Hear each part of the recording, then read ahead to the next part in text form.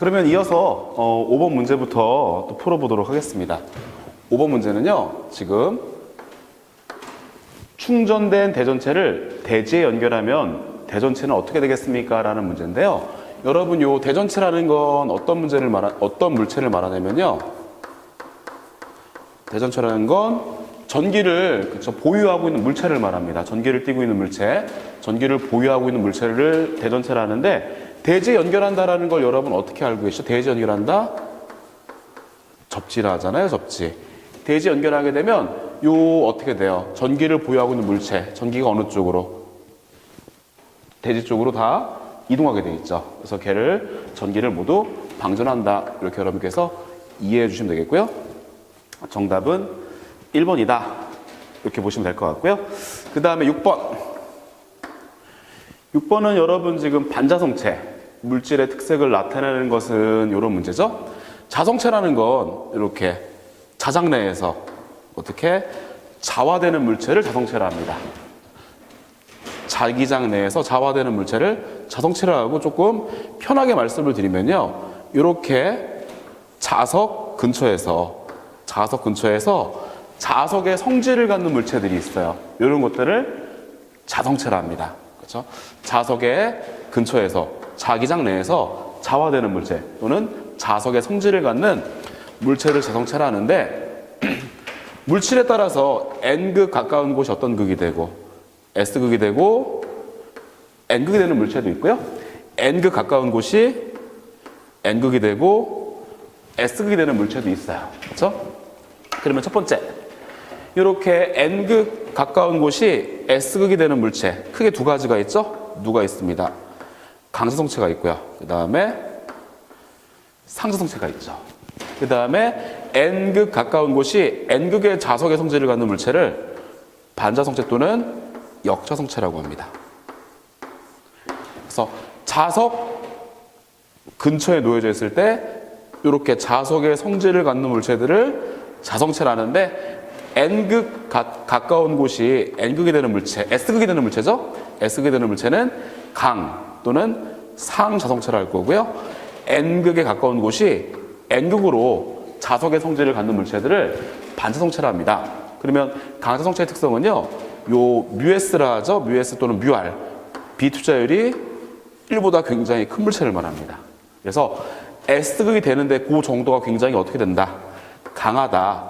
대표적으로 누구? 철, 니켈, 코발트 등이 있다. 이렇게 좀 기억하시면 되겠고요. 그 다음에 누구는 상자성체는요.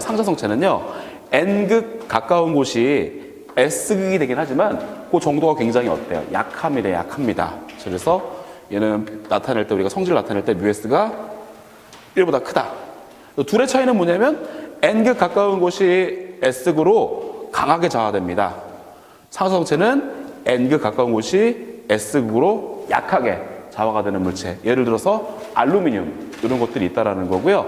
반자성체는 우리가 표기를 할 때 뮤S가 얼마보다, 비투자율 1보다 작습니다라고 얘기해 줄 거고요. 얘는 은, 납, 구리 등이 있다라는 거죠. 근데 물체 지금 문제에서는 누구의 특성을 물어봤냐면요, 반자성체의 특성. N극에 가까운 곳이 N극이 되는 물체 얼마가 된다? 비투자율 뮤S가 1보다 작습니다라고 여러분께서 이렇게 표현해 주시면 되는 거니까 정답은 4번입니다. 이런 형식으로 풀어주시면 되겠고요. 그 다음에 7번. 7번 B사인파의 교류율의 전력에 대한 설명으로 옳은 것은 이라 돼 있죠. B사인파라는 건 뭐냐면요, 여러 개의 파형이 합성이 돼서 더 이상 이제 정연파 형태를 띠지 않는다라는 의미가 되는 거고, 옳은 것은 몇 번이냐면, 소비 전력은요 항상 어떤 저기에서 같은 고조파에서 발생한다라는 거죠. 1번 보면은 뭐라 돼 있습니까? 1번은 3고조파의 전류와 3고조파의 전압과 3고조파의 전류 성분에 의해서 소비 전력이 발생한다. 이게 맞는 거예요. 그렇죠? 그래서 같은 고조파 성분끼리의 전압과 전류만이 전력이 발생한다라는 거니까 정답은 1번이다. 이렇게 보시면 되겠고요. 그 다음 8번. 8번은 너무 간단한 문제죠. 8번. 지금 2, 3, 5 마이크로페럿인 3개의 콘덴서가 병렬로 연결되어 있습니다. 이때 합성 정전 용량을 구하세요죠. 그래서 콘덴서가 이렇게 놓여져 있죠. 단위는 좀 생략을 하겠습니다. 단위는 좀 생략을 할 텐데 여기 얼마? 2, 3, 5 마이크로페럿의 콘덴서가 3개로 병렬로 있을 때 합성 정전 용량을 구하세요라는 문제고요.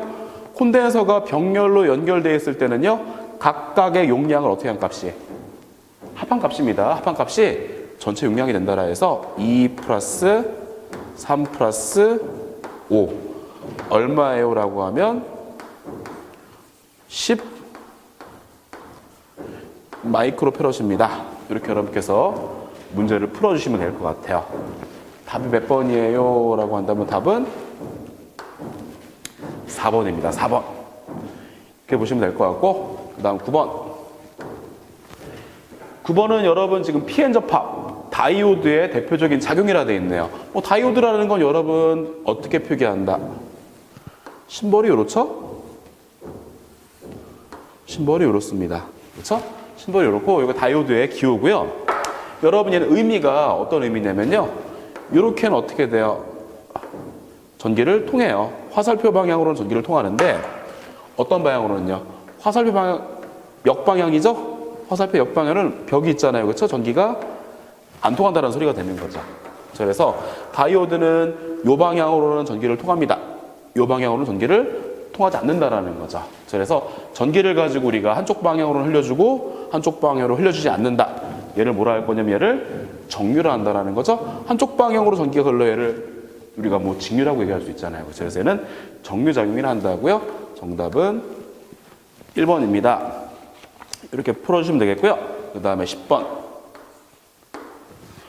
10번은 저항값이 2, 인덕턴스가 10mH, 정전 용량 C가 4 마이크로페럿으로 구성된 직렬 공진 회로의 LC의 전압 확대율이 얼마일까요? 라는 문제네요. 그렇죠? 그럼 우리가 뭐 전압 확대율이라는 건 어떻게 정의하냐면요. 얼마? R분의 1에 루트 C분의 L로 정의한다라는 거죠. 그래서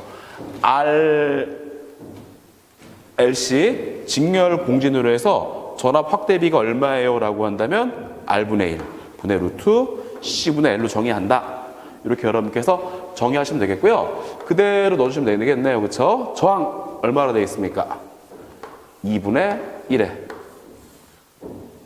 루트 C가 얼마나 되어 있습니까? C가요? 4마이크로니까 4 곱하기 10의 마이너스 6승 분의 L이 얼마나 되어 있어요? L은요? 10이죠. 10. 그래서 10 곱하기 밀이니까 10의 마이너스 3승 형태가 되면 되겠죠.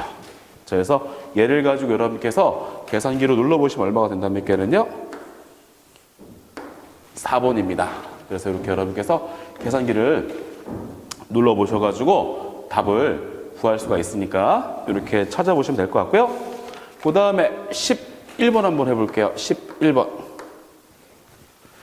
11번은 최대 눈금이 1A, 내부 저항이 15인 전류계 101A까지 전류를 측정하려면 몇 옴의 분류기가 필요한 건데요. 이런 내용이죠.